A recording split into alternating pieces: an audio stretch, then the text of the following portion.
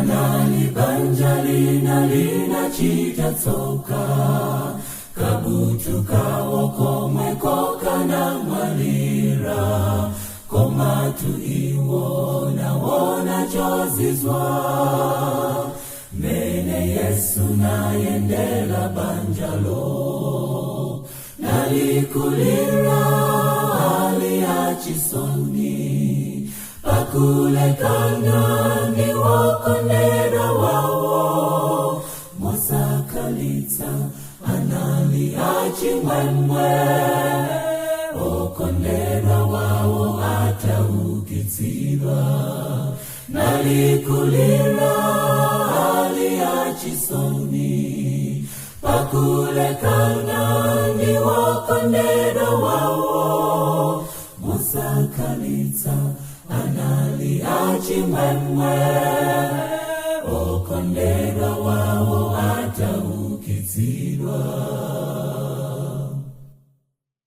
Antu ambiri analindi chisoni, pakuona mwana uja wa mwalira. Anazizwa pakuona Yesu, atamukitsa kuimfa.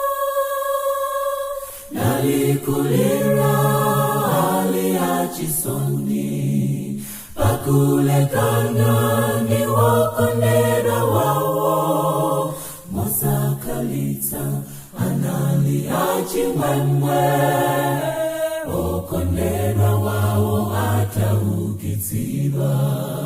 Nalikulira aliachisoni, pakulekana ni wakondera wawo, mosakalitsa analiachimwemwe, okondera wawo ataukitsirwa.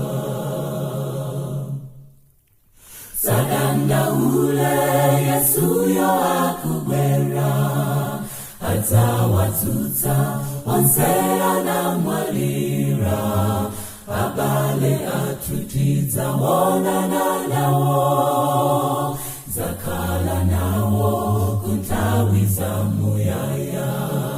Tidzaimbako nyimbo za chigonjetso, kufusa imfa mola yako ili kuti, ululu wako ndiponso mphamvu zako, zili kutiko Yesu wakugonjetsa.